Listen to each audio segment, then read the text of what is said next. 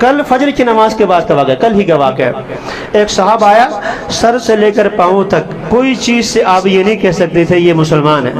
ایک ظاہری صورت بھی ہوتی ہے نا۔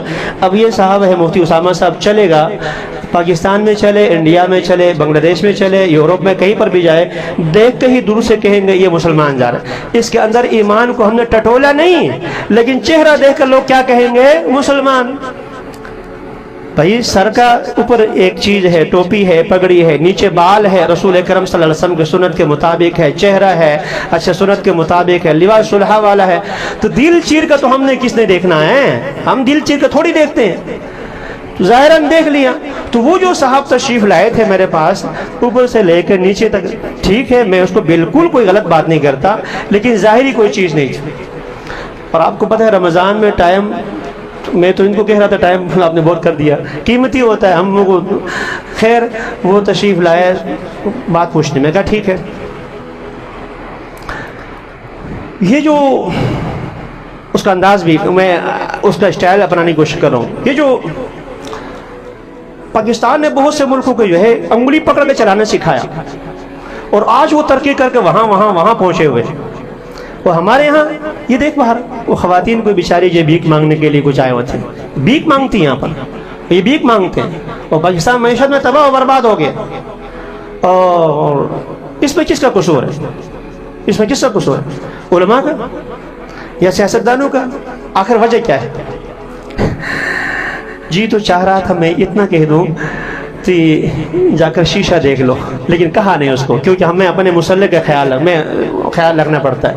ہم یہاں بیٹھے ہوئے نا تو بہت کچھ سناتے ہیں، مسائل پوچھتے ہیں، گھنٹہ خرچ کرتے ہیں، نکاح طلاق بیع و شرع کے، آخر میں کہتا ہم نہیں مانتے، مجھے سمجھ میں نہیں آتا، تو ہم کیا کر سکتے؟ ہاتھ میں ڈنڈا نہیں ہو تو چپکے سے بیٹھے رہتے ہیں، ان کو بیچاروں کو پتہ ہے، تو عمل کوئی نہیں کرے تو ہم کیا کریں؟ ہمارے پاس تو ہاتھ تو ڈنڈا تو ہوتا نہیں ہے۔ تو جی پھر بھی ہمیں خیال رکھنا پڑتا ہے، نرمی سے چپکے سے کچھ میں سمجھانے کی کوشش کرتے، تو جی چاہتا تھا میں کہہ دوں جا کے شیشہ دیکھ لو آپ کہاں کے کیا لگتے ہو۔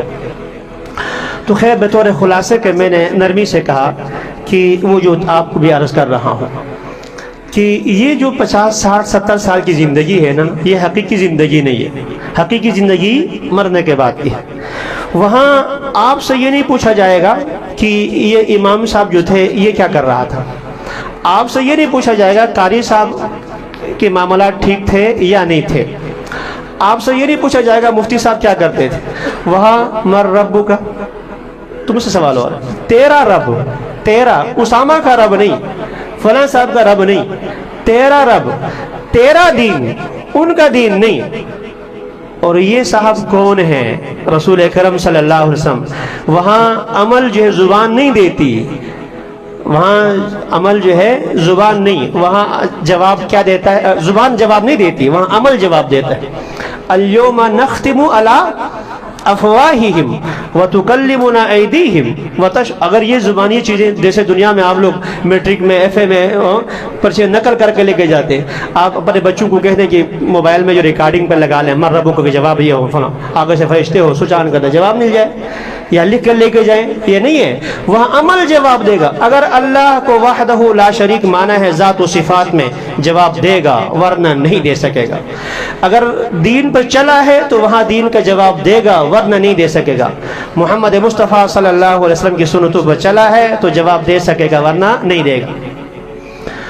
تو اپنی فکر ہونی چاہیے کل قیامت میں۔ یہ تو 3 قبض کے سوال تھے، 5 سوالات پھر جا کر حشر میں ہیں وہاں پر۔